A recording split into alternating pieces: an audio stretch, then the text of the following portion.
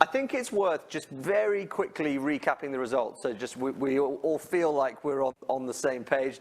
I guess this is my perspective on the three main stories of the election. So the first story has to be the totally lamentable results for the Conservative Party.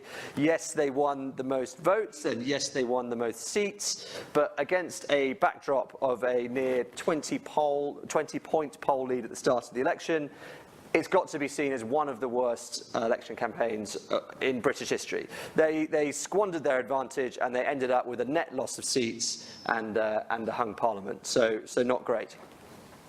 The second story is a story of a brilliant night for Labour. Yes, they lost the election, but they won the biggest increase in the vote of a Labour Party since 1945. They had a net gain of 30 seats, and they closed the gap significantly in Scotland and in many other areas of the country. This chart shows the net flow in margin, share of vote between Labour and Conservatives, and as you can see, it's largely one-way traffic. So what that means is next time around, the Labour Party have got a real shot and a clear path back to power and a majority in Westminster. And the third story is, for the moment at least, we're back to two-party politics. Yes, there are 62 MPs in Westminster who are not Labour or Conservative, but 82% of people voted for one of the two main parties, and that's the highest share, as this shows, since 1970.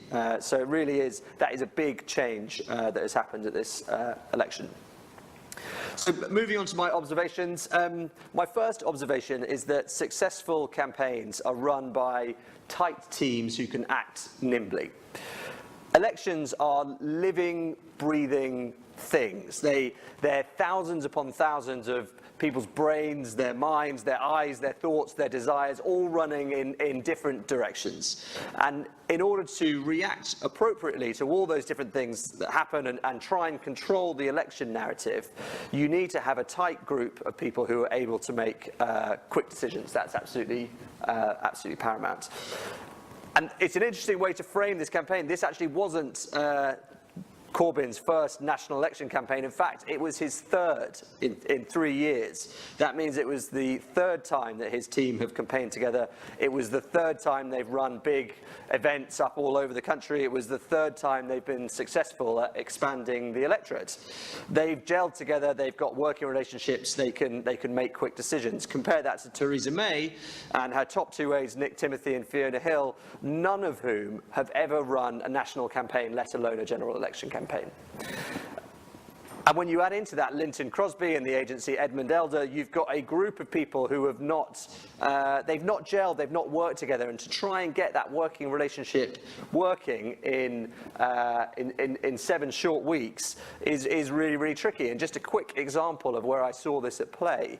After the Manchester bombing, there was a suspension in campaigns, and then Jeremy Corbyn, first day back in campaigning, he made a big announcement about police cuts. He said, if there weren't so many police cuts, we could have stopped this. We could have stopped this attack. Nothing from May. Nothing at all. In fact, we had to wait until after the London Bridge massacre when she came out with a bunch of stuff about new anti-terror legislation. They couldn't act quickly enough. They didn't know what to do, and there was stagnation. And all the time they were prevaricating, Labour were going ahead and doing their thing, winning the narrative. So when those bombings, those terror attacks happened, everyone assumed that would be a big deal for the Conservatives. They'll run away with it. The opposite, because of this nimble decision making. My second observation is that a lot has been written about the fact that the Labour Party had a very positive campaign. I'm sure you've all seen that, and that is true to an extent. Labour did paint an optimistic picture of the future, that is certainly true, but they were able to do that as they had an army of people, an army of supporting campaigns who were basically doing their dirty work for them. This is a list of groups registered with the Electoral Commission as what's called non-party campaign groups. These are groups who are able to raise and spend up to £400,000 at a general election. As you can see from this, it's a sea of red. 30 of those 54 non-party campaign groups were actively anti-Conservative or pro-Labour. There was only one that was pro-Conservative, and all of the others were just non-party aligned or single-issue focused things. So that is a massive factor at play here. And so groups like Unite the Union or Momentum, they're able to do Labour's dirty work for them. So you can see the Tories not our friends in the north, or this brilliant video that I think Momentum did, which is all about the dementia tax. They're able to run these attacks, and the Labour Party can get all the benefit and none of the accusation of running a negative campaign. This is actually something that happens in the States all the time. You have groups called PACs or super PACs who do all the attack advertising, and then you have the candidates who sort of stay back relatively untainted. And as well as having this huge range of advocacy groups, a smaller but I think an interesting thing is that they had a range of influences. This whole Grime for Corbyn movement, I actually think it was a small bit, but I think it helped get the sort of the hipsters and the young urban people feeling like Corbyn was someone that they could do business with. So I actually do think that played a smallish role. Paid media has never been more important. In 2015, the Conservative Party outspent the Labour Party by 7-fold on social media and spent 50 times more than the Liberal Democrats. That wasn't purely because of campaign budgets. Obviously, that did have something to do with it, but it was largely because of resource allocation. In 2017, that discrepancy in digital media spend will be much, much smaller. They haven't released the final figures yet, but I bet you it will be much less significant. So everyone now accepts that micro-targeting using Facebook media buys, that is a hygiene factor of political campaigns now.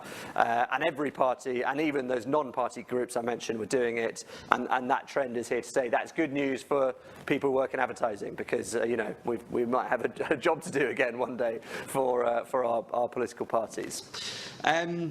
But despite that importance of paid media, earned media is still more important. And once again, we saw that the quality and the volume of the earned media that parties get is disproportionately important.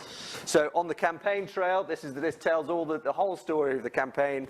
Theresa May, she avoided the public. She did these very staid, very carefully managed events. And when they're doing these campaigns, the people who are on the buses, by the way, are journalists, right? And they just get bored shitless, right? So they're going to all these Theresa May events, and they're bored, and they've got nothing to write about, and so they end up just causing trouble. And so combined with Theresa May's lackluster media performance, refusal to attend the debates, the big media, sort of major media event usually in elections, it meant that her earned media share was much, much lower and much more negative in tone than she otherwise could have had she run a different sort of campaign. Corbyn, on the other hand, made himself available to the public, spoke at massive rallies. The thing about that is it gave him a sense of, actually, there are people out there supporting this guy. Maybe I should give him a second chance. It also made for great pictures on the TV news. The image on the left, can you imagine running that on TV? It just looks terrible. Corbyn speaking in front of 1,000 people, great pictures. And then I think in his media performances, he came across as much more relevant and much more affable, and I think that led to the sort of the feeling amongst people that actually the media have been portraying Jeremy Corbyn up to now in a way that is a little unfair, and actually let's wipe the slate clean, let's see what I think of this guy. And so his leadership approval ratings went skyrocketing up, and I think the poll is a consequence of that. This is another interesting thing, talking about earned media. I think there's evidence that print media is on the wane. Obviously, readership numbers of the Dead Tree Press have been going through the floor for some time now. But I think in terms of the broader narrative that the major newspapers are able to have on the election is reducing significantly.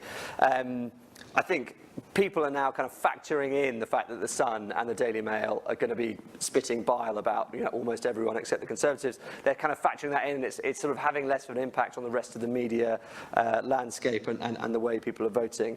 And then on the other hand, you've got these very, very popular, highly opinionated, Labour-leaning publications who are reaching roughly the same numbers as the national newspaper brands. And there was an analysis done of the top 25 most shared articles. 23 had a pro-Labour stance, and not a single story in the top 25 most shared stories was pro-Conservative. And I just think that has had a huge impact on the sort of information that people are basing their vote on. And my final observation is that campaigns need a narrative which speaks to people who are pissed off, basically.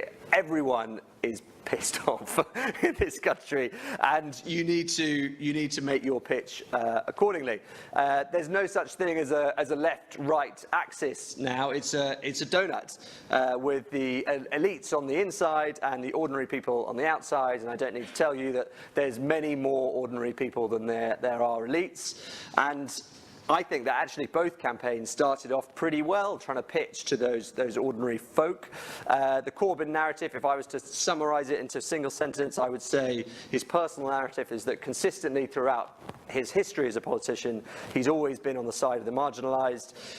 His sort of party's pitch at this election was he's willing to make radical decisions to impact the lives of normal people, scrap tuition fees, massive investment in NHS and public services, all the rest of it.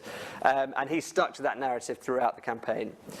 Theresa May's narrative, actually, she's rightly, I think, come under a huge criticism for her performance in this election, but she started off on the right foot. She had this whole thing where she would stand up and she would defy the vested interests. She would say to, she'd say to the European Union, "You're not pushing the UK around." She would stand up to the energy companies. She would say, "I'm willing to intervene in the economy where I think it's unfair." She had this great, when she was sort of being her bloody difficult woman on behalf of ordinary people, I think that was a great pitch. Her problem was that after the manifesto launch, she just became just another Tory. She lost all of that. Combine that with weeks of terrible media performances, confirmation that she was ducking the debate. From that point on, her whole defiant narrative became just, "I'm not Jeremy Corbyn." And for me, that's not enough. Not enough for people who are seeking a massive change in their fortunes. So that's me. That's my five observations. And as I say, they're obviously very subjective. And I'm looking forward to the Q&A where we can get stuck into those. And I'm now going to hand over to Tori, who's going to tell us all about her work with the Green Party.